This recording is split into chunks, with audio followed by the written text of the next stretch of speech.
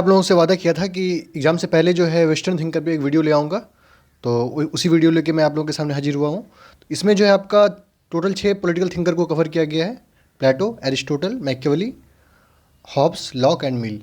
तो इसमें 2 या 3 रह गया होगा। आपका एक कार्ल मार्क्स है जो थोड़ा सा लंबा होता है, उसमें कंसेप्ट थोड़ा ज़्यादा है। एक आपका एन्ना एरेंट होगा और एक शायद रूसो। ये 3 को हम अलग से बता देंगे। एग्ज़ाम से आज या कल ले आएंगे तीनों पे वीडियो, ठीक है? तो आप लोग निश्चिंत रहिएगा। बाकी इस 6 को अच्छे से साथ समझिए। देखिए, मैं एक चीज़ आपको बताता हूँ।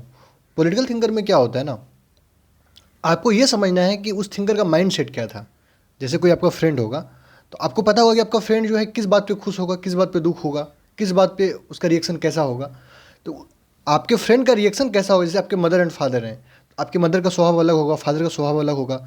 आपको पता होगा कि आप ये बात बोलेंगे तो आपके पापा खुश होंगे, अगर ये बात बोलेंगे तो आपकी मम्मी खुश होगी। ये बात आपको पता होगा। तो आप मतलब कि अपने मम्मी और पापा को समझ रहे हैं, उसका थॉट प्रोसेस समझ रहे हैं। तो थिंकर में बस हमको यही करना होता है अपने लोगों को, कि थॉट प्रोसेस समझना है। जैसे प्लेटो है, तो अगर बोलेंगे एजुकेशन सिस्टम पे, तो प्लेटो का क्या थॉट होगा। जैसे कि अभी कल चुनाव हुआ है, बीजेपी जीत गई है, तो इससे प्लेटो क्या बोलेगा। तो आप पहले से प्रिडिक्ट कर दीजिए कि प्लेटो का क्या थॉट होगा, एरिस्टोटल का क्या होगा, मैकियावेली का क्या होगा। समझ रहे हैं ना? तो आप उस थिंकर के एटीट्यूड को समझना है। हम लोग बस एटीट्यूड को समझने के लिए, एटीट्यूड अगर आप समझ जाएंगे ना, तो क्वेश्चन आपसे बन जाएगा। ठीक है? तो चलिए स्टार्ट करते हैं वीडियो को। तो जो पहला थिंकर है प्लेटो है। प्लेटो है वेस्टर्न थिंकर में। तो प्लेटो में जो बुक है आपका दो ही है, एक रिपब्लिक, दूसरा आपका लॉज। तो प्लेटो जो आप लोग पढ़ेंगे, तो प्लेटो मतलब रिपब्लिक पढ़ रहे हैं। लॉज जो बाद में लिखा था प्लेटो। एक्चुअली लॉज में क्या था ना, कि रिपब्लिक में जो चीज़ वो बोला था उसमें थोड़ा सा चेंज कर दिया था। जैसे रिपब्लिक में वो संविधान को नहीं मान रहा था, तो लॉज में संविधान को माना। ठीक है? बहुत सारा चीज़, लोकतंत्र को भी स्वीकार किया था लॉज में। तो लॉज दिमाग में रखना है, लेकिन लॉज आपको पूछेगा नहीं, पूछेगा तो रिपब्लिक पूछेगा। और जैसे एक बुक होता है, उसमें चैप्टर होता है, चैप्टर 1, चैप्टर 2, चैप्टर 3। इसी तरह उसमें एक चैप्टर था न्याय का सरोकार। न्याय का सरोकार में वो जस्टिस के बारे में बात किया था, जिसको आगे हम लोग देखेंगे, इसी वीडियो में देखेंगे। ठीक है ना? तो चलिए हम लोग कीवर्ड से थिंकर को रिवीजन करते हैं। सबसे पहले कीवर्ड से ही हम लोग थिंकर को रिवीजन कर लेंगे। तो अगर आपको प्लेटो दिमाग में आया, तो प्लेटो आपको पता है कि यूनानी थिंकर था, मतलब ग्रीस में रहने वाला था प्लेटो। तो आपको पता होना चाहिए कि प्लेटो के जो गुरु थे सुकरात थे। और प्लेटो किसका गुरु था? प्लेटो एरिस्टोटल का गुरु था। और एरिस्टोटल किसका गुरु था? एरिस्टोटल आपका सिकंदर का गुरु था। ये आपको पता होगा पहले से। तो ये जो सुकरात था ना, तो ये सब सॉक्रेट्स था। जैसे सॉक्रेट्स क्या होता है? संत होता है। जैसे भारत में संत है ना, तो ऐसे ही वहाँ पे संत को सॉक्रेट्स बोलते थे। तो सॉक्रेट लोग जो है भौतिकतावादी नहीं था, मतलब बहुत आध्यात्मिक टाइप का लोग था। वो लोग, राजा बोलते मतलब कि एक बार सॉक्रेट्स को बोला कि राजा आपको बुला रहा है, फांसी देगा। तो बोला चलो फांसी देगा, क्या दिक्कत है? तो बोलता आपको डर नहीं लग रहा है? तो बोला डर क्यों करना, आत्मा तो अमर है, आत्मा को तो कोई मार ही नहीं सकता है। तो राजा तो हमारे शरीर को फांसी देगा ना, आत्मा को तो फांसी देगा नहीं। तो कुल मिला के ये था कि वो लोग बहुत स्पिरिचुअल टाइप का आदमी था जो सॉक्रेट्स था। तो इसलिए जो प्लेटो पर भी सॉक्रेट, क्योंकि प्लेटो के जो गुरु थे वो भी सॉक्रेट्स थे, सुकरात। तो उसका प्रभाव था। तो प्लेटो जो था वो आदर्शवादी था, बहुत आदर्शवादी था। देखिए, आदर्शवादी आदर्शवादी चीज़ क्या है, कि सुबह 4 बजे जगिए, पढ़ाई करिए, दिन में मत सोइए, 2 टाइम टाइमली खाना खाइए। ये आदर्शवादी चीज़ है। तो आप बताइए कि कितने लोग हैं इस भारत में जो इस चीज़ को फॉलो कर पाते हैं। तो जो भी आदर्शवादी विचारक होगा, तो उसको प्रैक्टिकली लागू करना बहुत मुश्किल हो जाता है। इसलिए जो प्लेटो का थॉट था ना, वो था बहुत अच्छा था, लेकिन बहुत आदर्शवादी टाइप का था, जो कभी संभव नहीं हो पाया कि उसको हम लागू करें। किसी भी देश में आज तक कोई भी ऐसा देश नहीं हुआ है जो प्लेटो का जो थॉट था उसको लागू कर पाया है। ठीक है? तो ये आदर्शवादी विचारक था। तो ये व्यक्ति के जीवन का मूल उद्देश्य क्या माना? तो प्लेटो बोला कि व्यक्ति के जीवन का मूल उद्देश्य क्या है? नैतिक जीवन जीना। ठीक है? सुकरात क्या बोले थे कि हर चीज़ का एक विशेष गुण है। जैसे चाकू का क्या गुण है? काटना। पानी का क्या गुण है? शीतलता प्रदान करना। इसलिए मानव के जीवन का क्या गुण है? मानव के जीवन का गुण है नैतिक जीवन का यापन करना। उसी से प्लेटो सीखा कि मानव के जीवन का मूल उद्देश्य क्या है। अगर अभी हम एरिस्टोटल पढ़ेंगे, तो वहाँ भी आपको बताएंगे कि मानव के जीवन का उद्देश्य क्या है। ठीक है? मैकियावेली में भी पढ़ेंगे। तो अकॉर्डिंग टू प्लेटो, मानव के जीवन का मूल उद्देश्य है नैतिक जीवन जीना, नैतिक और आध्यात्मिक जीवन जीना। और प्लेटो जो है पूरा रिपब्लिक में मूल जो फोकस किया है शिक्षा पे दिया है, एजुकेशन सिस्टम पे। एजुकेशन सिस्टम, प्लेटो का कहना था कि एजुकेशन सिस्टम के माध्यम से ही आप पूरे राज्य को रिफॉर्म कर सकते हैं। ठीक है? तो प्लेटो का जो रिपब्लिक है उसमें शिक्षा पे बहुत ज़्यादा फोकस किया गया है। इसलिए आपका मैक्सी जो है, प्लेटो का जो पूरा थॉट है, बोला कि ये तो शिक्षा पे लिखी सबसे अच्छी पुस्तक है, रिपब्लिक के बारे में बोल दिया। ठीक है? और मैक्सी जो है वो बोला था कि प्लेटो जो है ये पहला आदर्शवादी विचारक था। मैक्सी एक थिंकर है। ठीक है ना? तो ये पता चल गया कैसा कैसा थिंकर था, आदर्शवादी विचारक था। और ये दार्शनिक राजा का बात किया था प्लेटो का कहना था कि आग अगर आपको किसी भी समाज से भ्रष्टाचार को खत्म करना है, गुटबंदी को खत्म करना है, अत्याचार को खत्म करना है, अन्याय को खत्म करना है, तो आपको समाज में दार्शनिक राजा की आवश्यकता है। तो ये दार्शनिक राजा क्या होता है? तो दार्शनिक राजा कौन होगा? अकॉर्डिंग टू प्लेटो, उसका जो एजुकेशन सिस्टम था, पहला लेवल, दूसरा लेवल, तीसरा लेवल, जो इस तीसरे लेवल को पार कर जाएगा ना, वही दार्शनिक राजा बन सकता है। मतलब शिक्षा के माध्यम से ही कोई दार्शनिक राजा बन सकता है। ऐसा नहीं कि कोई बेटा का बेटा बाप दार्शनिक राजा बन जाएगा, ऐसा नहीं हो सकता है। ठीक है, तो दार्शनिक राजा के माध्यम से प्लेटो जो है समाज को बदलने का प्रयास कर रहा था। तो फिलोसफर किंग, इसको इंग्लिश में बोलते हैं फिलोसफर किंग। तो इसी दार्शनिक राजा को सेबाइन एक थिंकर थे, तो सेबाइन क्या बोला? इस कलर में जो भी होगा वो थिंकर का नाम है, ध्यान रखिएगा। सेबाइन क्या बोला प्लेटो के राजा को? प्रबुद्ध अधिनायकवादी। प्रबुद्ध अधिनायकवादी का मतलब, अधिनायकवादी क्या होता है? जो तानाशाह होता है। प्रबुद्ध मतलब विवेकशील तानाशाह, ऐसा तानाशाह जिसके पास बुद्धि हो, जो विवेकशील हो। तो दार्शनिक राजा तो था, ये तानाशाह था, लेकिन ये विवेकशील था अकॉर्डिंग टू सेबाइन। सेबाइन बोला विवेकशील तानाशाह था। ठीक है, समझ में आ गया ना? अब गवर्नेंस, मतलब कि जो गवर्नेंस सिस्टम है कैसा था, मतलब कि किस गवर्नेंस सिस्टम पे बात किया था प्लेटो? तो प्लेटो बोला कि राजतंत्रीय शासन प्रणाली से ही शासन होना चाहिए। ये लोकतंत्र को सड़ता हुआ लाश बोला लोकतंत्र सबसे बेकार है, सबसे बेकार शासन प्रणाली जो है वो लोकतंत्र है। क्यों? बोला कि लोकतंत्र में सब लोग जो है राजा बनना चाहता है। प्लेटो बोला कि ऐसा शासन प्रणाली जहाँ पे सब लोग राजा बनना चाहे वो सबसे खराब शासन प्रणाली है। लोकतंत्र में आप देखिए, सबको लगता है हम प्रधानमंत्री बन जाएंगे। राहुल गांधी को भी लग रहा है, इधर सोनिया गांधी को, सॉरी केजरीवाल को लग रहा है, उधर ममता बनर्जी को लग रहा है, नीतीश कुमार को लग रहा है, सबको लग रहा है कि हम अगला प्राइम मिनिस्टर इंडिया हम ही हैं। तो ये गलत फहमी है। तो लोकतंत्र का यही सबसे खराब चीज़ है, हर आदमी को लगता है हम प्राइम मिनिस्टर बन जाएंगे। लेकिन प्लेटो क्या बोला कि जैसे कोई धोबी मोची या नाई, जैसे आपको, अगर आपको कोई डॉक्टर है तो कोई धोबी मोची या नाई जो है डॉक्टर काम कर सकता है? नहीं कर सकता है। प्लेटो का एक कोटेशन है कि जिस तरह शरीर को स्वस्थ करने के लिए अच्छे चिकित्सक की आवश्यकता होती है, उसी तरह कि राज्य को अच्छे बनाने के लिए अच्छे प्रशासक की आवश्यकता है। तो प्रशासक कौन होगा? दार्शनिक राजा। समझ रहे हैं ना? तो ये राजतंत्र शासन प्रणाली का सपोर्ट किया था, लोकतंत्र का विरोध किया था। स्पष्ट हो गया? अब राज्य के बारे में क्या बोला प्लेटो? राज्य के बारे में क्या बोला? तो बोला कि राज्य ऑर्गेनिक है। ऑर्गेनिक का मतलब होता है, जैसे आप अपने शरीर को देखिए, शरीर में हाथ होता है, पैर होता है, किडनी है, लीवर है। तो ऑर्गेनिक का मतलब ये होगा कि राज्य में कुछ चीज़ इंपॉर्टेंट होगा, कुछ चीज़ इंपॉर्टेंट नहीं होगा। जैसे कि हाथ, अगर आपका एक हाथ को काट दिया जाए तो आप तो मर तो नहीं जाएंगे, लेकिन आपके हार्ट को निकाल दिया जाए तो आप तो खत्म हो जाएंगे, आप जिंदा नहीं रहेंगे। उसी तरह प्लेटो का कहना था कि राज्य ऑर्गेनिक है। ऑर्गेनिक का मतलब बस इतना है कि कुछ चीज़ इंपॉर्टेंट होगा, कुछ चीज़ बहुत इंपॉर्टेंट होगा, जिसके बिना राज्य नहीं चल सकता। जैसे फिलोसफर किंग के बिना राज्य नहीं चलेगा। ठीक है, राज्य नेचुरल है। नेचुरल का मतलब ये है कि राज्य को कोई मानव नहीं बनाया है। कोई भी अगर राज्य को नेचुरल बोल दिया तो समझ लीजिए कि वो उदारवादी नहीं है। उदारवादी जो है वो व्यक्ति को इंपॉर्टेंस देगा। समझ रहे हैं? जो भी उदारवादी होगा वो व्यक्ति को इंपॉर्टेंट देगा, तो वो राज्य को नेचुरल नहीं मानेगा, वो बोलेगा राज्य जो है मानव निर्मित है। समझ रहे हैं? और कोई राज्य को नेचुरल बोल दिया मतलब कि वो मानव निर्मित नहीं है, मतलब कि वो उदारवादी आदमी नहीं बोल रहा होगा, वो तो आपका या तो आदर्शवादी होगा या तो तानाशाही होगा। समझ रहे हैं ना? राज मोरल है। राज मोरल है मतलब राज मोरल और सुप्रीम, इस दोनों का मतलब कलेक्टिव मीनिंग यही होता है कि राज जो बोल दिया वही सही है। राज से बड़ा कुछ नहीं इस दुनिया में। राज अगर बोल दिया कि आज जो है 2024 है तो 2024 है, क्यों है नहीं है इस पर कोई क्वेश्चन राइज नहीं होगा। राज बोल दिया कि आपको एक टाइम भूखे रहना है तो भूखे रहना है, कोई क्वेश्चन मार्क इस पर नहीं होगा। समझ गए ना? तो राज्य का ये थॉट दिया था। तो अब देखिए, ये जो सेबाइन बोला आत्मा और वर्ग का सिद्धांत दिया। जो प्लेटो का थॉट था उसको देख के आत्मा और वर्ग का सिद्धांत दिया। तो आत्मा और वर्ग का सिद्धांत क्या है? तो सेबाइन बोला कि जो प्लेटो है आपका, वो आत्मा का 3 गुण बताया था। याद कर लीजिए, प्लेटो जो है आत्मा का 3 गुण बताया था और समाज का 3 वर्ग बताया था। आत्मा का 3 गुण क्या बताया था? प्लेटो का कहना था कि हर आदमी के आत्मा में कोई 3 में से एक चीज़ बहुत ज़्यादा होगा। पहला, या तो साहसी होगा, या तो विवेकशील होगा, या तो एपेटाइट, मतलब कि उसके अंदर एपेटाइट वाला भावना। एपेटाइट का हिंदी क्या होता है भूल रहे हैं, आएगा हमको याद आएगा बता देंगे। नहीं सॉरी, वासना। एपेटाइट का हिंदी वासना होता है। तो प्लेटो का कहना था कि हर आदमी के आत्मा में 3 ही गुण में से एक गुण अच्छा होगा। किसी के अंदर विवेक बहुत ज़्यादा होगा, किसी के अंदर साहस बहुत ज़्यादा होगा, किसी के अंदर वासना बहुत ज़्यादा होगा। तो आत्मा का 3 गुण, वासना, विवेक और साहस। और समाज का 3 वर्ग। समाज का 3 वर्ग कौन सा? पहला होगा आपका उत्पादन करने वाला वर्ग है, दूसरा होगा जो मिलिट्री वर्ग है, तीसरा है प्रशासक वर्ग। तो यही है आत्मा और वर्ग का सिद्धांत। मतलब कि आत्मा के 3 गुण और समाज का 3 वर्ग के अकॉर्डिंग अगर उसको काम मिल जाए तो यही आत्मा और वर्ग का सिद्धांत। यही अगर जस्टिस पढ़ेंगे, न्याय, तो प्लेटो बोला था कि प्रकृति में न्याय है। प्रकृति में न्याय का मतलब अगर बारिश हो रहा है तो सब पे बारिश होगा, धूप है तो सब पे धूप लगेगा। आप अपने शरीर को देखिए, आप अपने शरीर को बीच से देखिए, एक मतलब आपके एग्जैक्टली इक्वली बनाया गया है, एग्जैक्टली इक्वल, जैसा लेफ्ट वैसा राइट। इसी तरह प्लेटो बोला कि प्रकृति में न्याय है, जस्टिस जो है वो नेचर में है।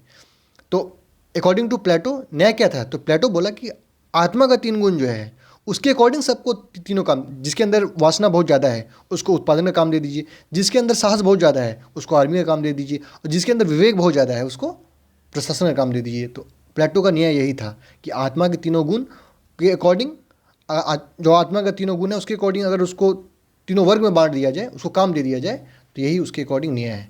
आत्मा और वर्ग का सिद्धांत कौन दिया था? सेबाइन दिया था, याद रखिएगा, भूलना नहीं है। ठीक है, तो हो गया, टोटल थॉट यही था प्लेटो का। तो प्लेटो देखिए, प्लेटो जो किंग था, एक चीज़ बताना चाहते हैं, प्लेटो का जो किंग है, तो प्लेटो बोला कि ऐसा शासन प्रणाली जहाँ पे सभी राजा बनना चाहता है वो सबसे खराब शासन प्रणाली है। तो क्या राजतंत्र में सभी राजा बनना नहीं चाहता है? तो प्लेटो क्या बोला था कि प्लेटो का राजा वही होगा जिसके पास परिवार नहीं होगा, जिसके पास संपत्ति नहीं होगा। प्लेटो के अकॉर्डिंग दार्शनिक राजा कौन होगा? दार्शनिक राजा के पास ना कोई प्रॉपर्टी होगा, ना उसका परिवार होगा, ना उसके पास गाड़ी होगा, वो एकदम जैसे मान के लिए एक संत जो है, फकीर टाइप का संत, वैसा राजा होगा। तो क्या कोई राजा बनना चाहेगा? तो कोई राजा बनना नहीं चाहेगा। प्लेटो के बारे में एक चीज़ और आपको बताते हैं, वो फैमिली बोला था कि जो भी फैमिली किसी का नहीं होगा, किसी भी देश में किसी का अपना फैमिली नहीं होगा। जैसे कि एक देश है, इसमें 5 लोग हैं, ठीक है, इसमें 5 लोग हैं मेल, 5 लोग हैं फीमेल। अकॉर्डिंग टू प्लेटो ये सारा मेल जो है सबका हस्बैंड है, सारा फीमेल सबका वाइफ है। किसी का एक पर्सनल वाइफ, किसी का पर्सनल हस्बैंड नहीं होगा, किसी का पर्सनल बच्चा नहीं होगा। कोई बच्चा जन्म लिया वो पूरे परिवार का बच्चा, मतलब पूरे देश का बच्चा है वो। ऐसा नहीं कि एक माँ बाप उसको केयर करेगा, सभी लोग उसको केयर करेगा। ये उसका थॉट था प्लेटो का। इसलिए बोले ना, बहुत आदर्शवादी विचार था जो कि कभी पॉसिबल नहीं हो पाया। और किसी के पास संपत्ति नहीं होगा। जैसे कि आप पैसा कमा लिए हैं तो ऐसा नहीं कि आप अपने बैंक अकाउंट में रखेंगे, पैसा एकदम चौराहे पर रहेगा, जिसको मन होगा यूज कर लेगा। समझ गए? ये उसका थॉट था प्लेटो का। तो प्लेटो का अब हम इसका समझते हैं कि इसका थॉट ओवरऑल था कैसा। तो ये जो हर चीज़ का जो पूर्णतावादी समाधान दिया, पूर्णतावादी मतलब कि एक्सट्रीमिस्ट समाधान। जैसे मान के चलिए कि एक मोबाइल है, आपको मोबाइल से डिस्टर्बेंस होता है कि चलिए हम पढ़ाई करते हैं तो मोबाइल हमको दिक्कत करता है, तो कुछ लोग क्या करेगा, मोबाइल को उठा के फेंक देगा, चलो हमको मोबाइल रखना ही नहीं है। मेरा एक फ्रेंड है जो मोबाइल रखता ही नहीं है क्योंकि उसको डिस्ट्रक्शन होता है मोबाइल से।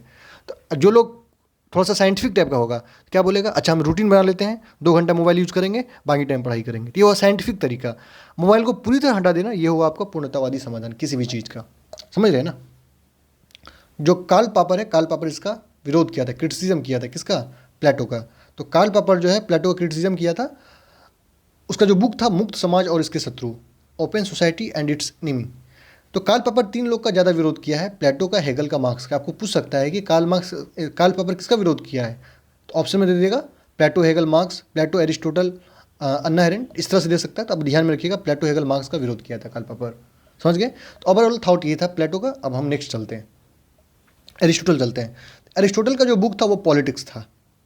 प्लेटो का बुक क्या था? रिपब्लिक था। इसका बुक क्या था? पॉलिटिक्स था। तो अब हम जब एरिस्टोटल को पढ़ेंगे तो प्लेटो को कंपेयर करेंगे इसमें, ठीक है? तो प्लेटो क्या बोला था? जीवन का उद्देश्य क्या है? जीवन का उद्देश्य क्या है? नैतिक और सद्गुणी जीवन जीना। तो एरिस्टोटल क्या बोला? जीवन का जो उद्देश्य है वही नैतिक और सद्गुणी जीवन जीना है। उसको एक विशेष नाम दिया, प्रसन्नता। नैतिक और सद्गुणी जीवन को एक विशेष नाम दिया, प्रसन्नता। कौन? एरिस्टोटल। समझ गए? तो जैसे आपको और एक चीज़ क्या बोला, ये स्वदेशात्मक, एक कीवर्ड है टेकोलॉजिकल, जो कि एरिस्टोटल दिया। इसका मतलब ये है कि प्लेटो क्या बोला कि परिवार का आवश्यकता नहीं है, आपको संपत्ति का आवश्यकता नहीं है, ना किसी के पास परिवार होगा, ना किसी के पास संपत्ति होगा। तो एरिस्टोटल क्या बोला कि बिना परिवार, बिना संपत्ति और बिना समाज के आप नैतिक जीवन नहीं जी सकते हैं। समझ रहे हैं? तो एरिस्टोटल बोला कि परिवार और संपत्ति जो भी चीज़ है इसका एक निश्चित उद्देश्य है। तो वही निश्चित उद्देश्य को स्वदेशात्मक कहा कि हर चीज़ का एक निश्चित उद्देश्य है। जैसे परिवार का उद्देश्य क्या है? आपकी जैविक आवश्यकता को पूरा करना, जो आपका बायोलॉजिकल नीड है उसको पूरा करना। संपत्ति का क्या रोल है? संपत्ति के बिना अब, ऐसा एरिस्टोटल बोला कि संपत्ति के बिना कोई भी आदमी नैतिक जीवन नहीं जी सकता है। जैसे मान के चलिए आपके पैकेट में पैसा नहीं है, आपको भोजन नहीं मिल रहा है, और हम बोलेंगे कि आप जो है एकदम सिस्टमेटिक जिए, आप नैतिक जीवन जी पाइएगा? अगर आपके पेट में भोजन ही नहीं होगा तो आप कहाँ से बहुत ज़्यादा नैतिक और आध्यात्मिक जीवन जी पाएंगे? अगर आपको आध्यात्मिक जीवन में जीना है तो पेट में भोजन चाहिए, पैसा चाहिए पहले पैकेट में, ठीक है ना? तो इसका जो थॉट था बहुत रियलिस्टिक थॉट था। हम लोग पढ़ेंगे आगे चल के, अभी लास्ट में पढ़ेंगे इसमें। तो समाज से क्या काम है? आपकी सामाजिक आवश्यकता को पूरा करना। धर्म का क्या काम है? आपके धार्मिक आवश्यकता को पूरा करना। संस्कृति का काम क्या है? आपके सांस्कृतिक आवश्यकता को पूरा करना। शिक्षा का क्या काम है? आपके शैक्षणिक आवश्यकता को पूरा करना। समझ गया ना? तो इसी को स्वदेशात्मक कहा कि हर चीज़ का एक निश्चित उद्देश्य है। इसको टेक्नोलॉजिकल बोला, कौन? एरिस्टोटल। और आज का विचार क्या है? Same to same Plato, natural, organic, supreme. आपको बता चुके हैं इसका मतलब क्या है। तो ये जो है स्वर्णिम मध्यमार्गी को अपनाया। स्वर्णिम मध्यमार्गी का मतलब हुआ कि जैसे प्लेटो जो था बहुत एक्सट्रीमिस्ट रास्ता अपनाया कि अगर जैसे कि एक लेफ्ट विंग होता है, एक राइट विंग होता है, एक होता है मिडिल पाथ जो दोनों को मिला के चलता है। तो प्लेटो जो था वो आपका एक्सट्रीमिस्ट था, चाहे इस साइड था चाहे इस साइड था, लेकिन एरिस्टोटल जो था आपका ये मिडिल पाथ को फॉलो किया, स्वर्णिम मध्यमार्गी रास्ता को फॉलो किया, प्रिंसिपल ऑफ गोल्डन मीन इसको बोलते हैं इंग्लिश में। ठीक है, आपको पता भी चल गया। वो परिवार को स्वीकार नहीं किया, परिवार को स्वीकार किया। वो संविधान को स्वीकार नहीं किया, ये संविधान को स्वीकार करेगा, जो आगे आपको बताएंगे। ये लोकतंत्र को स्वीकार नहीं किया, ये लोकतंत्र को थोड़ा स्वीकार किया। समझ रहे हैं ना? तो प्रिंसिपल ऑफ गोल्डन मीन को स्वीकार किया था ये। एरिस्टोटल 6 तरह का शासन प्रणाली बताया। ये जो बोला कि हम जो है लगभग 100 से ज़्यादा देश का संविधान को पढ़े लिखे हैं, हम 100 से ज़्यादा देश के संविधान को जानते हैं, और ये 6 तरह का शासन प्रणाली बताया। सबसे पहले 3 शासन प्रणाली बताया, बोला कि सबसे बेस्ट है। 3 शासन प्रणाली बताई, एक सेकेंड। उसका 3 शासन प्रणाली बताई, बोला कि सबसे खराब है। सबसे खराब में है, सबसे खराब में कौन है? लोकतंत्र। बोला कि सबसे खराब में सबसे खराब लोकतंत्र है। और सबसे अच्छा में सबसे अच्छा कौन है? बताइए, सबसे अच्छा में सबसे अच्छा कौन है? पॉलिटी है। ठीक है, तो ये पॉलिटी को जो है सबसे बेस्ट फॉर्म ऑफ गवर्नेंस बताया। पॉलिटी वो कीवर्ड दिया था कि polity is the best form of governance किसी भी राज्य के लिए। ये रूल ऑफ लॉ को स्वीकार किया, मतलब कि संविधान को स्वीकार किया।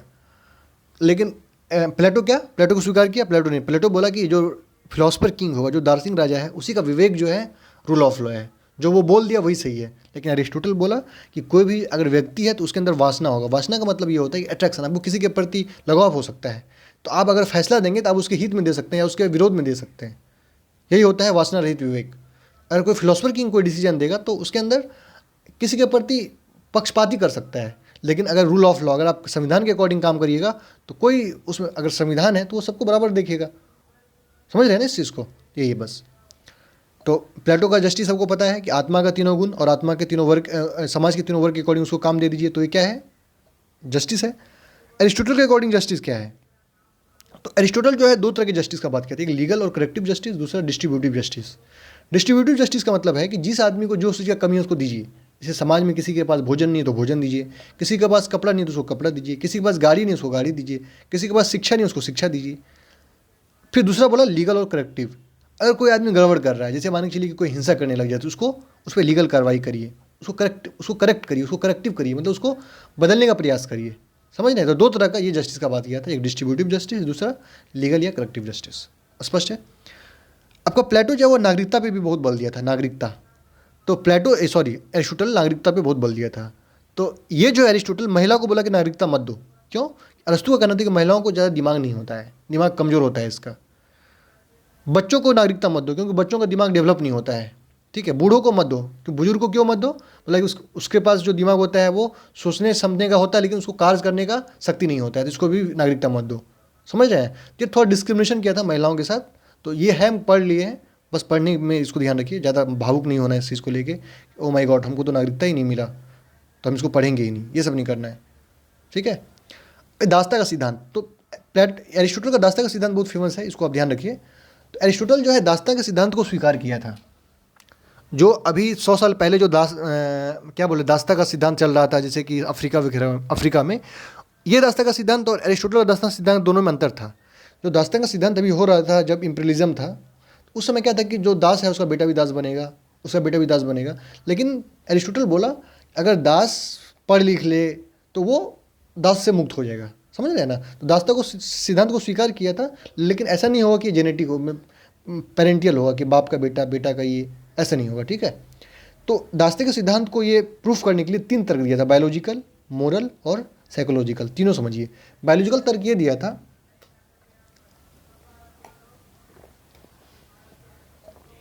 कि जैसे शरीर होता है आपका, शरीर में कुछ इंपॉर्टेंट चीज़ है, कुछ इंपॉर्टेंट चीज़ नहीं है। इसी तरह एरिस्टोटल बोला कि एक राज्य होगा जब, तो वहाँ पे कुछ बहुत इंपॉर्टेंट लोग होगा, कुछ इंपॉर्टेंट लोग नहीं होगा। तो ये जो दास होगा ये इंपॉर्टेंट लोग की श्रेणी में नहीं आएगा। जैसे अगर हाथ नहीं रहेगा तो कोई दिक्कत नहीं है आपका, समझ रहे? तो ये हाथ क्या है? दास हो गया। मोरल तर्क क्या दिया? जैसे मान के चलिए कल G20 का फॉरेन मिनिस्टर का समिट हुआ, तो जो हमारे विदेश मंत्री हैं एस जयशंकर, अगर वो खुद से खाना बनाते, कपड़ा साफ करते, तो कल विदेश मंत्री तो कल वो सुबह 7-8 बजे से मीटिंग चालू हो गया था, तो मीटिंग में कैसे शामिल होते? इसलिए उसको दास चाहिए। दास किसके अकॉर्डिंग चाहिए? एरिस्टोटल के अकॉर्डिंग एस जयशंकर को दास चाहिए। तो ये मोरल तर्क दिया कि अगर दास नहीं होगा तो जो एडमिनिस्ट्रेटर है वो काम नहीं कर पाएगा। समझ गए? साइकोलॉजिकल तर्क कह दिया था, सॉरी फिजियोलॉजिकल तर्क ये दिया था कि ऐसा अरस्तु बोला कि समाज में देखिएगा बहुत लोग बलिष्ठ होता है, शक्तिशाली होता है, शरीर से बहुत स्ट्रांग होता है, और बहुत लोग जो है शरीर से बहुत कमज़ोर होता है, मतलब पतला दुबला होता है, बहुत लोग मोटा होता है। तो अरस्तु बोला कि जो लोग मोटा होता है भगवान इसको जान के मोटा बनाया है, उसको ये बोला है कि जाके तुम सबका सेवा करो, मतलब कि तुम सबका दास जाके बनो। लेकिन जो पतला दुबला लोग हैं उसको ये बोला कि आप जाके प्रशासन को संभालो, आप जाके वहाँ के जो एडमिनिस्ट्रेशन है उसको हैंडल करो। समझ गए? तो ये 3 तर्क दिया था, ध्यान में रख लेना है बस। उसके बाद अरस्तु जो है पॉलिटिकल साइंस के बारे में बोला कि ये दुनिया का सबसे अच्छा सब्जेक्ट है। बोला क्यों? बोला अरस्तु बोला कि इकोनॉमिक्स क्या है? तो इकोनॉमिक्स है घर घरेलू कार्यों का प्रबंधन, इकोनॉमिक्स है। बायोलॉजी क्या है? तो बायोलॉजी में मतलब शरीर के पार्ट पुर्जा का अध्ययन करना, ये बायोलॉजी है। तो बोला पॉलिटिकल साइंस क्या है? तो बोला पॉलिटिकल साइंस से तो बड़ा सब्जेक्ट कोई है ही नहीं। पॉलिटिकल साइंस में नैतिक व्यक्ति का अध्ययन करते हैं। क्यों? कि पॉलिटिकल साइंस का काम क्या है? पॉलिटिकल साइंस का काम ये है कि समाज का सेवा करना। समझ गए? तो समाज का सेवा कौन करेगा? जो आदमी नैतिक होगा, जो आदमी आध्यात्मिक होगा। और नैतिक और आध्यात्मिक आदमी का आप अध्ययन करिएगा पॉलिटिकल साइंस में। इसलिए अरस्तु बोला कि पॉलिटिकल साइंस जो है सबसे बड़ा सब्जेक्ट है पूरी दुनिया में, इससे बड़ा सब्जेक्ट तो कुछ है ही नहीं। इसलिए कभी आप पॉलिटिकल साइंस पढ़ें, कोई आपको बोल दे तुम पॉलिटिकल साइंस पढ़ रहे हो, तो आप बता दीजिएगा अरस्तु क्या बोल रहा था पॉलिटिकल साइंस के बारे में। समझ गए ना? तो प्लेटो क्या बोला था कि पॉलिटिकल साइंस जो है वो इथिक्स का पार्ट है, इथिक्स के अंडर पॉलिटिकल साइंस आता है। लेकिन अरस्तु बोला कि पॉलिटिकल साइंस अपने आप में एक सब्जेक्ट है, वो किसी के अंडर नहीं हो सकता। समझ गए? इथिक्स अलग है, पॉलिटिकल साइंस अलग सब्जेक्ट है, और ये सबसे महान सब्जेक्ट है। तो हो गया। अब इसके थॉट को समझते हैं। क्या इसका थॉट था? तो व्यवहारिक आदर्शवादी था। आपको भी दिख रहा होगा कि ये जो बोला वो व्यवहार में, मतलब कि प्रैक्टिकली संभव था। ये बहुलवादी था, बहुलवादी और मूर्त सार्वभौमिकवाद, इसका मतलब एक ही है। ये बारकर बोला था कि अरस्तु जो है वो बहुलवादी था, मूर्त सार्वभौमिकवाद था। बहुलवादी का मतलब होता है कि डिफरेंट चीज़ को स्वीकार करना, फैमिली को स्वीकार करना, प्रॉपर्टी को स्वीकार करना, डिफरेंट इथेंसिटी को स्वीकार करना। जबकि प्लेटो इस चीज़ को स्वीकार नहीं किया। प्लेटो बोला कि ये इससे समाज टूट जाएगा। समझ रहे हैं ना? इसलिए ये बहुलवादी था, मूर्त सार्वभौमिकवाद था। आपका अरस्तु खत्म हो गया। ठीक है, चलिए नेक्स्ट टॉपिक चलते हैं, मैकियावेली।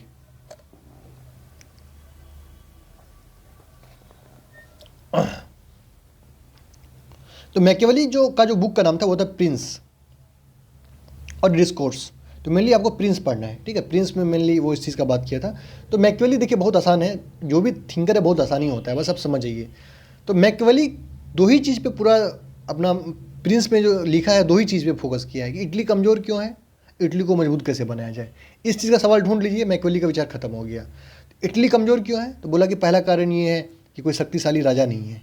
ठीक है, शक्तिशाली राजा नहीं है। दूसरा कारण है कि चर्च जो है बहुत ज़्यादा इंटरफेयर कर रहा है राज के काम में।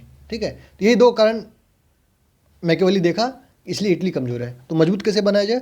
तो शक्तिशाली राजा दे दीजिए, और चर्च को बोलिए अपने हिसाब से रहने। चर्च का काम है धार्मिक काम देखना, तो धार्मिक काम देखे, और राज के काम में इंटरफेयर ना करे, तो मजबूत हो जाएगा। समझ गया ना? इसी चीज़ पे पूरा बस इतना छोड़ दीजिए, मैकियावेली खत्म हो गया। तो बस इसी थोड़ा डिटेल्स में समझना होता है। तो मैकियावेली को हम लोग फादर ऑफ पावर पॉलिटिक्स कहते हैं। आप जो है इंटरनेशनल रिलेशन का जब थ्योरी पढ़ेंगे तो मॉर्गनथाउ जो है पावर पॉलिटिक्स का बात किया है। यथार्थवाद विचारक मॉर्गनथाउ, केनेथ वार्ड्स। ठीक है, तो यही पावर पॉलिटिक्स को इंटरनेशनल रिलेशन में लिया गया है। समझ गए ना? तो पावर पॉलिटिक्स क्यों? तो मैकियावेली बोला कि देखिए शक्ति बहुत इंपॉर्टेंट है, शक्ति राजनीति करिए। अगर आप शक्तिशाली नहीं रहिएगा तो कोई भी आप पे आक्रमण कर देगा। एक्चुअली जब मैकियावेली था उसमें इटली पे हर कोई आक्रमण कर दे रहा था, उधर से जर्मनी करता था, उधर से फ्रांस करता था, इसलिए वो अपने घटना से बहुत ज़्यादा प्रभावित था। इसलिए पावर पॉलिटिक्स का विचार किया। बोला कि किसी भी तरह आप शक्तिशाली रहिए, अगर आप शक्तिशाली नहीं रहिएगा कोई भी आप पे कभी भी आक्रमण कर देगा। समझ गया ना? तो फादर ऑफ पावर पॉलिटिक्स बोलते हैं मैकियावेली को। ये क्या बोला? इटली कमज़ोर क्यों है? कि शक्तिशाली राजा नहीं है। शक्तिशाली राजा, तो बोला शक्तिशाली राजा का विशेषता क्या होगा? तो बोला शक्तिशाली राजा का विशेषता है कि वो शेर की तरह साहसी होगा और लोमड़ी की तरह चालाक होगा। अगर ये 2 गुण नहीं है किसी भी राजा में तो वो साहसी नहीं है, वो शक्तिशाली राजा नहीं है। और मैकियावेली बोला कि जिस भी राजा के पास ये गुण नहीं था, शेर की तरह साहसी, लोमड़ी की तरह चालाक, उसका पतन हो गया है। कैसे पता चला मैकियावेली को? बोला हम जो हिस्ट्री देखे हैं, अभी तक जो हम हिस्ट्री पढ़े हैं, जिस भी राजा के पास ये 2 गुण नहीं था उसका पतन हो गया। स्पष्ट हो गया? अब आगे चलते हैं। तो शक्तिशाली राजा होगा, कैसा होगा शक्तिशाली राजा? शेर की तरह साहसी, लोमड़ी की तरह चालाक। समझ गए? तो व्यक्ति के बारे क्या बोला? प्लेटो व्यक्ति के बारे क्या बोला? कि व्यक्ति जो है नैतिक होगा, सद्गुणी जीवन जिएगा। अरस्तु भी यही बोला था, व्यक्ति नैतिक सद्गुणी होगा। लेकिन मैकियावेली बोला कि व्यक्ति जो है लोभी है, स्वार्थी है। तो ये कैसे पता किया मैकियावेली? एम्पिरिकल मेथड से।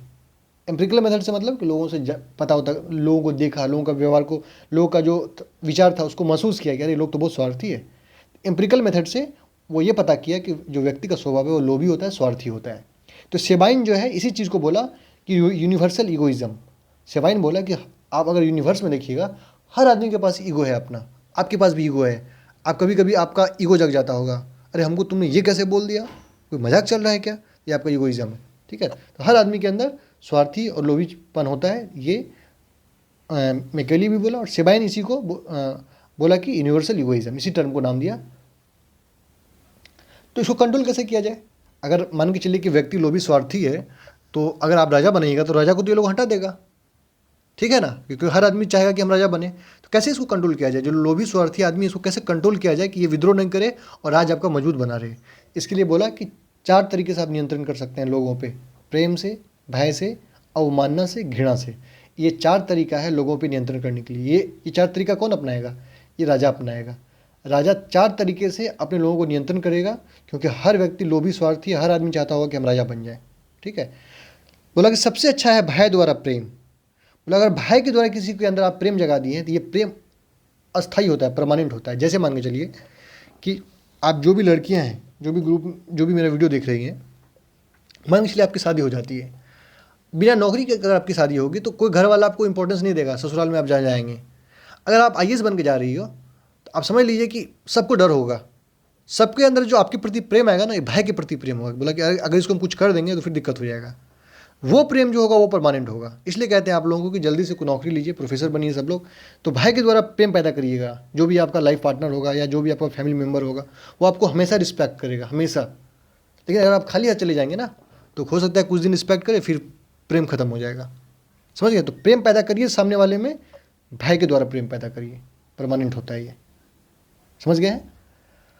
अब देखिए, मैकियावेली बोला कि नैतिकता का 2 मापदंड होगा। नैतिकता का 2 मापदंड का मतलब कि व्यक्ति के लिए एक ही मापदंड, व्यक्ति के लिए नैतिकता मतलब नैतिकता, राजा के, लेकिन राजा के लिए 2 मापदंड होगा। राजा अगर कोई अनैतिक काम भी कर रहा है तो वो नैतिक माना जाएगा, अगर वो राज्य के लिए है।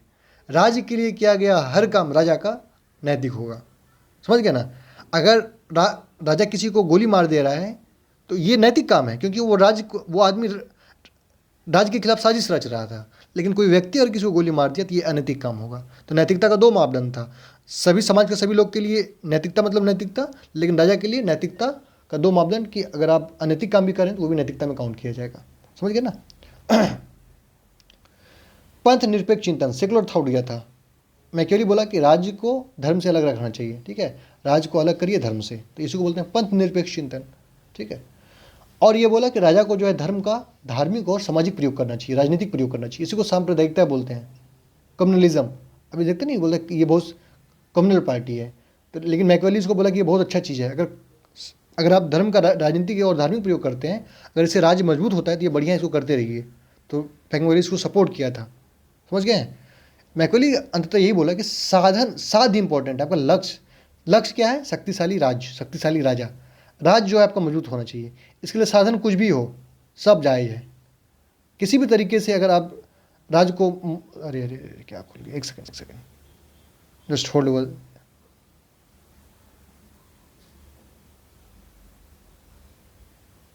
जस्ट होल्ड करिएगा।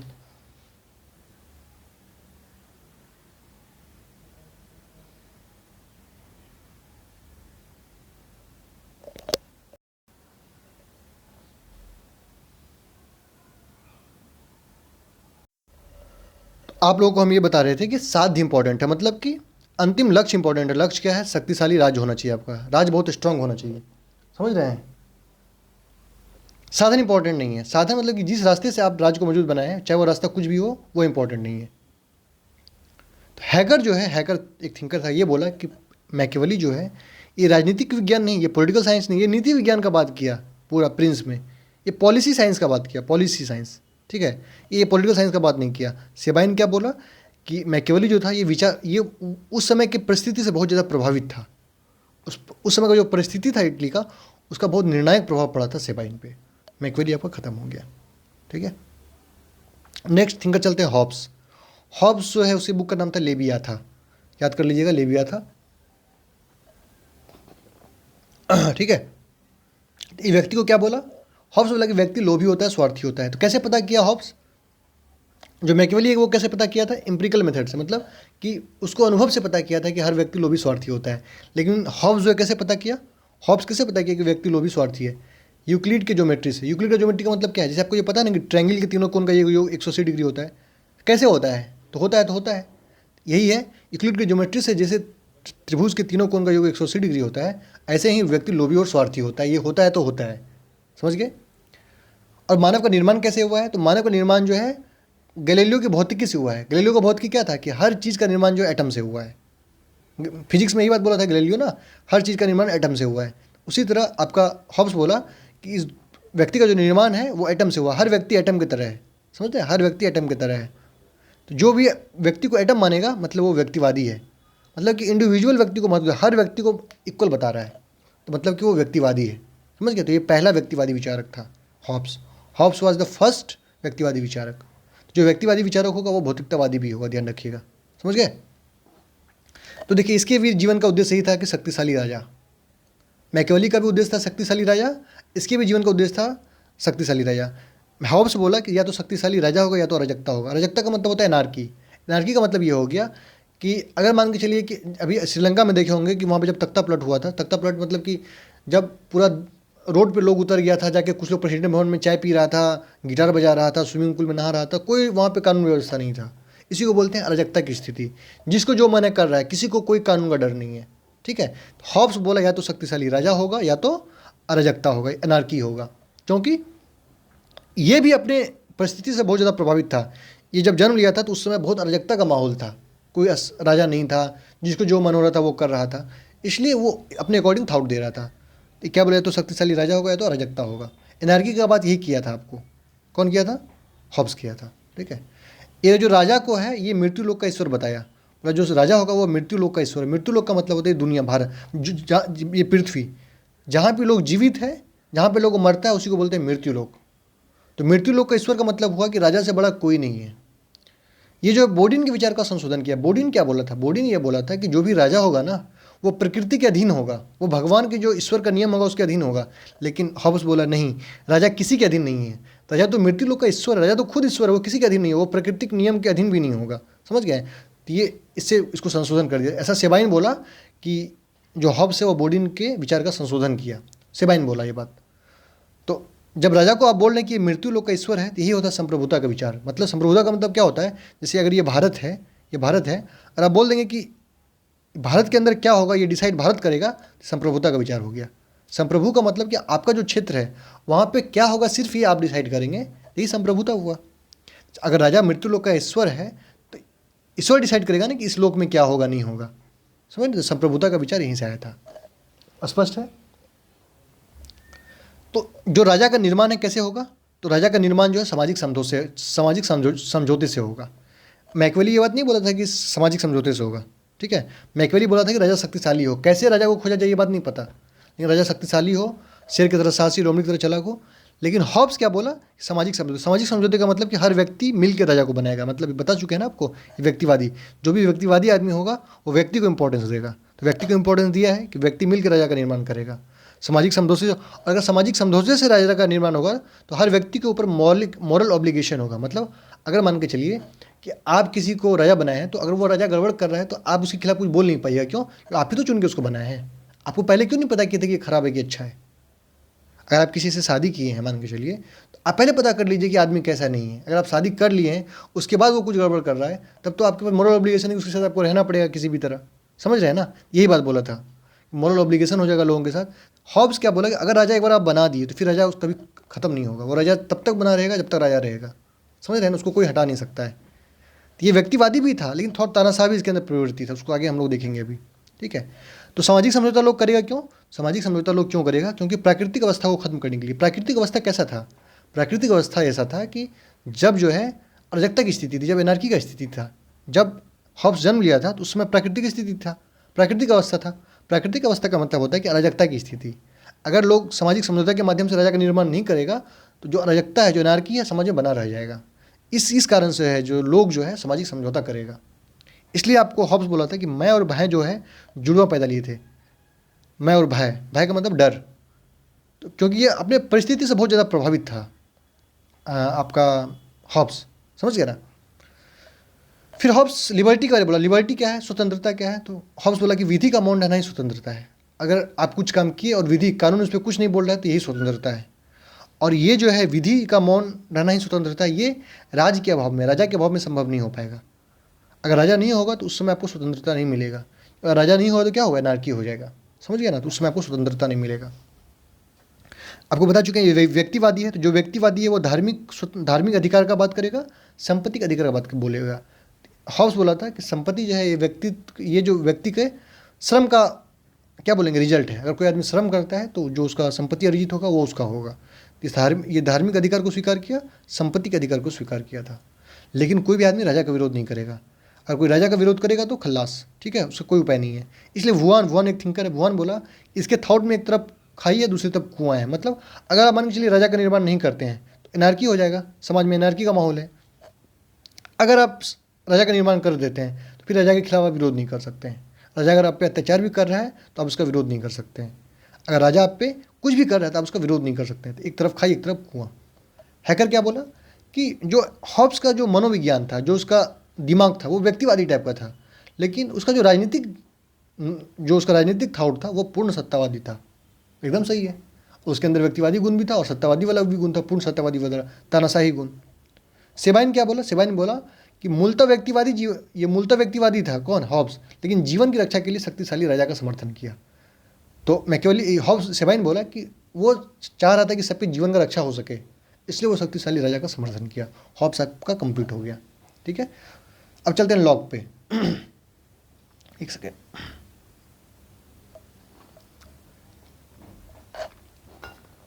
लॉक जो है आपका two treatises on civil government, ये बुक का नाम दिया था, याद कर लीजिएगा, two treatises on civil government. देखिए जैसे आपको मैकियावेली का नाम आए तो मैकियावेली का नाम सुनते ही आपको दिमाग में आ जाना चाहिए पावर पॉलिटिक्स, शक्ति राजनीति, शक्तिशाली राजा। हॉब्स का नाम आए शक्तिशाली राजा या अराजकता। जैसे प्लेटो का नाम आए आदर्शवादी, फिलोसफर किंग, ये आपके दिमाग में घुसते रहना चाहिए। जैसे लॉक का शब्द आए आपके दिमाग में पहला आना चाहिए नेचुरल राइट। थ्योरी ऑफ प्राकृतिक अधिकार का बात सबसे पहले जो लॉक किया था, ठीक है। जैसे लॉक आए तो सबसे पहला जो चीज़ आपके दिमाग में स्ट्राइक करना चाहिए था वो चाहिए नेचुरल राइट। ये नेचुरल राइट बोला कि 3 तरह का नेचुरल राइट होता है, एक लाइफ का, एक लिबर्टी का, एक प्रॉपर्टी का। ये 3 जो अधिकार है ये जन्मजात होता है।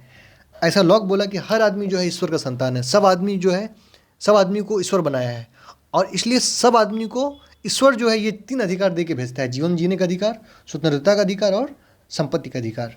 इसी को बोलते हैं प्राकृतिक अधिकार। प्राकृतिक अधिकार का विचार, प्राकृतिक अधिकार का बात सबसे पहले कौन किया था, तो लॉक किया था, समझ गए। तो लॉक जो है थ्योरी ऑफ नेचुरल राइट दिया था। तो जब हर आदमी को भगवान बनाया तो मानव का स्वभाव कैसा होगा, अच्छा होगा, विवेकशील होगा, ठीक है। ये तो आपको बता ही चुके हैं कि जब लॉक क्या बोला कि हर आदमी को ईश्वर बनाया है, जब हर आदमी को ईश्वर बनाया है तो लॉक क्या बोला कि हर आदमी का स्वभाव अच्छा है, विवेकशील है। मैकियावेली क्या बोला, स्वार्थी है। हॉब्स क्या बोला, स्वार्थी है, लोभी है। लेकिन लॉक क्या बोला, हर व्यक्ति विवेकशील है, अच्छा है, मतलब ये उदारवादी होगा। जो भी उदारवादी व्यक्ति होगा वो, देखिए हॉब्स पूरी तरह उदारवादी नहीं था, उसके अंदर उदारवाद वाला थोड़ा गुण था कि वो व्यक्तिवाद था, मतलब व्यक्ति को महत्व दिया था। जो संपत्ति को स्वीकार करेगा, जो धार्मिक अधिकार को स्वीकार करेगा वो व्यक्तिवादी होगा। वो पूरी तरह उदारवादी नहीं था हॉब्स, लेकिन ये उदारवादी है। क्यों? क्योंकि ये व्यक्ति को बहुत अच्छा माना है, विवेकशील माना है, जन्मजात अधिकार दिया है, ठीक है। राज्य सरकार कैसा होगा, तो राज्य सरकार जो है वो मानव निर्मित होगा, वो बता ही चुके हैं कि मानव निर्मित होगा। सहमति जरूरी है, बोला कि बिना व्यक्ति के सहमति के राजा नहीं बन सकता है। देखिए एक अंतर आपको बताते हैं। ये हॉब्स क्या बोला कि हॉब्स के अकॉर्डिंग राज और राजा एक ही चीज़ है। राजा अगर खत्म हो गया मतलब राज भी खत्म हो गया। इसलिए बोला हॉब्स या तो राजा होगा या तो अराजकता होगा। अगर राजा खत्म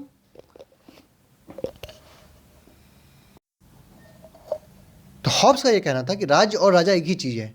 राज का मतलब राजा होता है, अगर राजा खत्म हो गया तो राज भी खत्म हो गया। लेकिन लॉ का कहना था कि राज अलग चीज़ है, राजा अलग चीज़ है। अगर राजा को आप खत्म कर दिए तो इसका मतलब राज खत्म नहीं होगा। इसलिए लॉक बोला कि राजा को आप खत्म कर सकते हैं, राजा को आप हटा सकते हैं। अगर राजा व्यक्ति के अधिकार का रक्षा नहीं किया तो राजा को रिमूव कर दिया जाएगा। लेकिन हॉब्स क्या बोला, राजा कभी रिमूव नहीं होगा, ठीक है। ये दोनों में अंतर है, बहुत अच्छा अंतर है, इसको समझ लीजिए। ये क्या बोला कि राजा जो है मानव निर्मित है, राजा का निर्माण मानव किया है और बिना व्यक्ति की सहमति कोई राजा नहीं बन सकता है। और राजा का काम क्या है, राज का काम क्या है, लोक व्यवस्था को बनाए रखना। बाहरी आक्रमण से राज्य को बचाना, ठीक है, प्राकृतिक अधिकार की रक्षा करना, ठीक है। तो राजा का बस यही काम है, राजा का ये काम नहीं कि व्यक्ति के जीवन में इंटरफेयर करना, व्यक्ति के अधिकार का रक्षा करना राजा का काम है, लोक व्यवस्था को बनाए रखना, बाहरी आक्रमण से बचाना, ठीक है। ये सीमित संवैधानिक शासन का समर्थन किया था, लिमिटेड गवर्नमेंट। लिमिटेड गवर्नमेंट का मतलब कि राज्य का काम है सिर्फ व्यक्ति के जीवन का रक्षा करना और कुछ इंटरफेयर नहीं करेगा, क्या खाएगा व्यक्ति, क्या पहनेगा, क्या करेगा, ये राज्य डिसाइड नहीं करेगा, समझ गए। और अगर राज्य जो है व्यक्ति के अधिकार का रक्षा नहीं किया तो क्रांति का अधिकार सबको होगा, हर व्यक्ति क्रांति कर सकता है। लेकिन हॉब्स क्रांति का बात नहीं किया था, हॉब्स बोला आप क्रांति नहीं कर सकते हैं, राजा बना दिए मतलब बना दिए, क्रांति नहीं कर सकते। ये संसदीय शक्ति का समर्थन किया, ये पार्लियामेंट्री फॉर्म ऑफ गवर्नेंस को स्वीकार किया था, ठीक है। ये उदारवादी था, व्यक्तिवादी था, और संपत्ति को स्वीकार, ये भी संपत्ति को स्वीकार किया था। मैकफर्सन बोला था पॉजिटिव इंडिविजुअलिज्म, यही सवाल आया था इस बार नेट जेआरएफ में 2022 में कि पॉजिटिव इंडिविजुअलिज्म का बात कौन किया था, मैकफर्सन किया था। तो मैकफर्सन किसको बोला पॉजिटिव इंडिविजुअलिज्म, ये लॉक को बोला और हॉब्स को बोला। क्यों? क्योंकि ये लोग जो है संपत्ति को स्वीकार किया, बोला संपत्ति जो है ये व्यक्ति के श्रम का फल है, ठीक है। तो मैकफर्सन, लॉक और हॉब्स को पॉजिटिव इंडिविजुअलिज्म कहा था, समझ गए। ये पूंजीवाद का भी समर्थन था, व्यक्तिवादी है तो पूंजीवाद का समर्थन होगा, स्पष्ट है। अब ये अंतिम है हम लोगों का जेएस मिल, इसको पढ़ लेते हैं, तो उसके बाद नेक्स्ट वीडियो में 2 थिंकर को बता देंगे। तो जेएस मिल, तो जैसे आपको लॉक को दिमाग में आया तो आपका दिमाग में आना चाहिए नेचुरल राइट, हॉब्स आया अराजकता या शक्तिशाली राजा, मैकियावेली आया शक्तिशाली राजा, प्लेटो आया फिलोसफर किंग, उदारवादी नहीं आदर्शवादी। जैसे जेएस मिल को आप लोग सुनेंगे तो जेएस मिल का नाम सुनते ही आपके दिमाग में आना चाहिए स्वतंत्रता। ये लिबर्टी पे बहुत ज़्यादा फोकस किया था, ठीक है, लिबर्टी स्वतंत्रता पे, ठीक है। ये बोला एब्सोल्यूट फ्रीडम का बात किया था, बोला था कि अगर फ्रीडम नहीं है तो कुछ नहीं है, एब्सोल्यूट फ्रीडम मतलब कोई रिस्ट्रिक्शन नहीं होगा, समझ गया ना। चलिए पढ़ते हैं 3 किताबें, essay on liberty, the representative government, the subjection of women, ये 3 किताब लिखा था जेएस मिल, इसको याद कर लीजिएगा। तो देखिए ये क्या बोला था जेएस मिल, क्या बोला था कि भौतिक सुख के साथ साथ नैतिक सुख भी इंपॉर्टेंट है। जो जेएस मिल के गुरु थे बैंथम इसके गुरु थे, तो बैंथम का ये कहना था कि भौतिक सुख इंपॉर्टेंट है, नैतिक सुख का कोई महत्व नहीं है। अगर आपको लग रहा है कि आपको जो है रसगुल्ला खाना चाहिए तो रसगुल्ला खाइए, आपको मन कर रहा है कि आपको मनाली घूमना चाहिए मनाली घूमिए, आपको जिस चीज़ से सुख मिल रहा है वही सही है, इसके अलावा सारा चीज़ दुनिया में गलत है, इसी को बोलते हैं भौतिक सुख। तो जो आपका बैंथम है वो मात्रात्मक सुख का बात किया था, मात्रात्मक क्वांटिटिव सुख, ठीक है। लेकिन मिल क्या बोला, क्वालिटी नहीं क्वांटिटिव सुख, गुणात्मक सुख चाहिए, ठीक है। ये तो भौतिक सुख के साथ साथ नैतिक सुख, जो क्वांटिटिव सुख का मतलब हुआ है कि क्वांटिटी में मिलना चाहिए। अगर आपको फैमिली चाहिए, अगर आपको पैसा चाहिए तो ये हुआ आपका क्वांटिटी। लेकिन क्वालिटी का क्या मतलब हुआ कि जो आध्यात्मिक लोग हैं, देखिए उसको दिखेगा नहीं, उसको भौतिक सुख, उसको आध्यात्मिक सुख मिलता है, ठीक है, ये गुणात्मक सुख है। इसको आप लोग कन्फ्यूज मत होइएगा, मात्रात्मक सुख और गुणात्मक सुख। मात्रात्मक सुख का मतलब हुआ जो क्वांटिटी में बहुत ज़्यादा हो, ये क्वालिटी, गुणात्मक क्वालिटी में फोकस करता है, ठीक है। ये नैतिक सुख के, ये भौतिक सुख के साथ साथ नैतिक सुख का भी समर्थन किया था कौन, जेएस मिल। इसलिए जेएस मिल बोला था कि असंतुष्ट सुकरात जो है संतुष्ट मूर्ख से अच्छा है। सुकरात का मतलब कि उसके अंदर आध्यात्मिक चीज़ होगा। कोई अगर आध्यात्मिक आदमी है और अगर वो भूखा है, असंतुष्ट है, तो वो ज़्यादा बेटर है कि कोई मूर्ख अगर बहुत ज़्यादा संतुष्ट है, समझ रहे हैं ना। ये कोटेशन दिया था, तो आपको बता दिए थे कि यही बोला था। इसमें यही है कि मानसिक सुख जरूरी है, केवल शारीरिक सुख से कुछ नहीं होगा, ठीक है। अगर आपको सिर्फ शारीरिक सुख मिल रहा है किसी के साथ तो वो इंपॉर्टेंट नहीं है, आपको मेंटल पीस भी उसके साथ होना बहुत जरूरी है, ये बोला था आपको जेएस मिल। लेकिन बैंथम क्या बोला कि अगर आपको शारीरिक सुख सिर्फ चाहिए तो अगर आपको किसी से मिल रहा है तो वही सबसे बेस्ट है, आपको मानसिक सुख नहीं भी मिल रहा है कोई दिक्कत नहीं है, ठीक है। अपने गुरु के थॉट का विरोध किया था। तो स्वतंत्रता पे सबसे ज़्यादा फोकस किया जेएस मिल। बोला प्रतिबंध बुरा है, किसी भी चीज़ का प्रतिबंध, रिस्ट्रिक्शन किसी भी चीज़ का बुरा है। बोला रिस्ट्रिक्शन 2 ही चीज़ का होता है, या तो सरकार का होता है या तो बहुमत समाज का होता है, समाज होगा, या तो सरकार का रिस्ट्रिक्शन आप पे होगा या तो बहुमत समाज का होगा। तो बोला कि किसी भी तरह का प्रतिबंध, रिस्ट्रिक्शन किसी भी तरह का वो जायज़ नहीं है। एब्सोल्यूट फ्रीडम का बात किया था, ठीक है। एसे ऑन लिबर्टी में ये बात बोला था वो स्वतंत्रता के बारे, एब्सोल्यूट फ्रीडम का बात किया। स्पीच एंड एक्सप्रेशन का पूरा आज़ादी दिया। बोला सर्वाइवल ऑफ द फिटेस्ट, बोला कि अगर कोई सभ्यता का विरोध भी कर रहा है, अगर कोई सभ्यता का विरोध भी कर रहा है तो उसको मत रोकिए, उसको बोलने दीजिए, क्योंकि जब डिबेट और डिस्कशन होगा तो जो सही होगा वो आ जाएगा, जो गलत होगा वो दब जाएगा। ऐसा जेएस मिल बोला था। तो जेएस मिल जो है एब्सोल्यूट फ्रीडम का बात किया था। आपको हम बार बार बोल रहे हैं कि जेएस मिल जैसे आप सुनिए एब्सोल्यूट फ्रीडम आपके दिमाग में आ जाना चाहिए, ठीक है। ये एब्सोल्यूट फ्रीडम का बात किया था।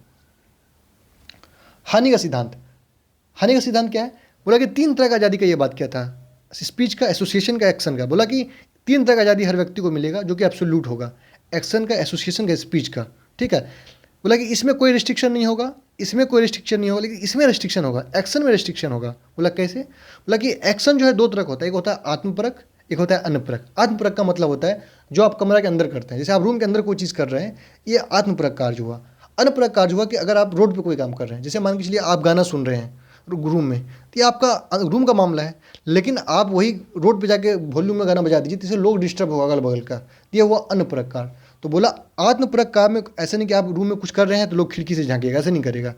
आत्मपरक कार्य में कोई रिस्ट्रिक्शन नहीं, लेकिन जो अनपरक कार्य होगा इस पर रिस्ट्रिक्शन होगा। क्यों? क्योंकि ये दूसरे को प्रभावित करता है। समझ गए? यही है हानि का सिद्धांत। समझ गए? तो आपका जो आज़ादी है उसको लॉस होगा कहाँ पे? अनपरक कार्य में। वहाँ पे बस आपको थोड़ा सा नुकसान सहना पड़ेगा, बाकी जगह कोई रिस्ट्रिक्शन नहीं है, पूरी आज़ादी मिलेगा आपको। लोकतंत्र के बारे में क्या बोला कि ये बेस्ट फॉर्म ऑफ गवर्नेंस है। मतलब लोकतंत्र से अच्छा शासन प्रणाली कोई नहीं है, ये भी बोला था। लॉक भी बोला था लोकतंत्र को समर्थन। लॉक जो है वो भी आपका लोकतंत्र का समर्थन किया था। ये अनुपातिक प्रतिनिधित्व जो प्रोपोर्शनल रिप्रेजेंटेशन है, जो कि इजराइल में चलता है, उसका समर्थन किया था। भारत में जो राष्ट्रपति का चुनाव होता है ये प्रोपोर्शनल रिप्रेजेंटेशन से होता है, इसको स्वीकार किया था। यहाँ पे 1% 1 वोट है, इसको स्वीकार नहीं किया था, ये प्रोपोर्शनल रिप्रेजेंटेशन को स्वीकार किया था। ये महिलाओं के वोटिंग राइट की बात किया था। ये पहला आदमी था जो बोला कि महिलाओं को भी वोट देने का अधिकार दिया जाए। जेएसपी ने बोला था कि आप महिलाओं को कम आंकते हैं, हालांकि वो कम नहीं है, उसको ऐतिहासिक और शारीरिक रूप से कम आंका गया है, लेकिन आप महिलाओं को कभी मौका ही नहीं दिए हैं कि आपसे बराबरी करें। आप उसको मौका दीजिएगा तो वो आपके बराबर है। ठीक है। लोकतंत्र क्या है? जीवन शैली है। बोला कि लोकतंत्र जो है वे ऑफ लाइफ, ये जीवन जीने का एक शैली है। पहली बार जेएस मिली बोला था। या बोलते हैं ना लोकतंत्र क्या है? तो लोकतंत्र जीवन जीने की एक शैली है। ठीक है। तो वेपर जो है, वेपर इसको रिलक्टेंट डेमोक्रेट बोला था। ये भी नेट में पूछा था कि रिलक्टेंट डेमोक्रेट कौन था, तो रिलक्टेंट डेमोक्रेट जेएस मिल को वेपर बोला था। रिलक्टेंट डेमोक्रेट का मतलब क्या है कि आपका जेएस मिल बोला था कि जो लोकतांत्रिक सरकार है, लोकतांत्रिक सबसे अच्छा सरकार है, तो लोकतंत्र जो है यूरोप के लिए बस अच्छा है, ये यूरोप में बहुत अच्छा है, लेकिन ये एशिया के लिए अच्छा नहीं है, क्योंकि एशिया का जो समाज है वो विकसित समाज नहीं है। समझ गए? इसलिए वेपर बोला कि ये तो अनिच्छुक लोकतंत्रवादी है। मतलब कि लोकतंत्र को देख देख के लगा रहा कि यहाँ पे लोकतंत्र अच्छा है, यहाँ पे लोकतंत्र अच्छा नहीं होगा। समझ? क्रिटिसाइज किया था वेपर। और ये वेलफेयर स्टेट का भी समर्थन किया था। वेलफेयर स्टेट समझ रहे हैं ना? कल्याणकारी राज्य। और प्रोग्रेसिव टैक्सेशन, प्रोग्रेसिव टैक्सेशन का मतलब है कि कोई अगर 2 लाख कमा रहा है उसे 5% लीजिए, कोई अगर 5 लाख कमा रहा है उसे 10% लीजिए, कोई अगर 20 लाख कमा रहा है उसे 20% टैक्स लीजिए। प्रोग्रेसिव टैक्सेशन का ये सपोर्ट किया था। समझ गए हैं? आप सभी को समझ में आ गया होगा ये थिंकर। नेक्स्ट वीडियो में हम लोग बाकी 3 थिंकर को कंप्लीट कर लेंगे। Thank you.